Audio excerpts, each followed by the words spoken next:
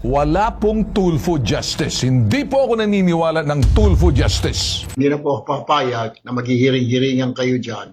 At I will have you arrested. I promise. Kahit na senador ka, kahit na sinasabi mong matanda ka na, ilang taong ka na sa Senado, try me. Magpahiring ka ng Blue Ribbon ulit. Magpahiring ka.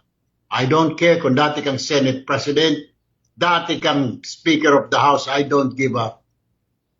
Talagang papahuli kita. Kung hindi papahuli, kung ayaw ng usa, bibit-biting kita, kukwilyuhan kita, palalayasin kita dyan sa floor na yan.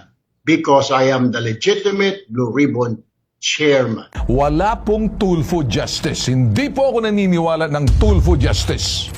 Naniniwala po ako na kahit sino pong lalapit sa amin sa bitag, marunong po kaming makinig.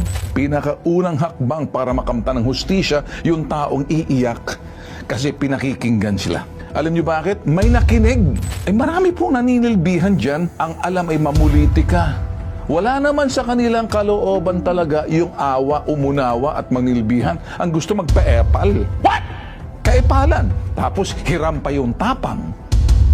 Tapos minana lang dahil sa apelyido. What? Ako po, hindi ko pa yung nagmamalaking apelyido ko. Si Bitag po ako eh.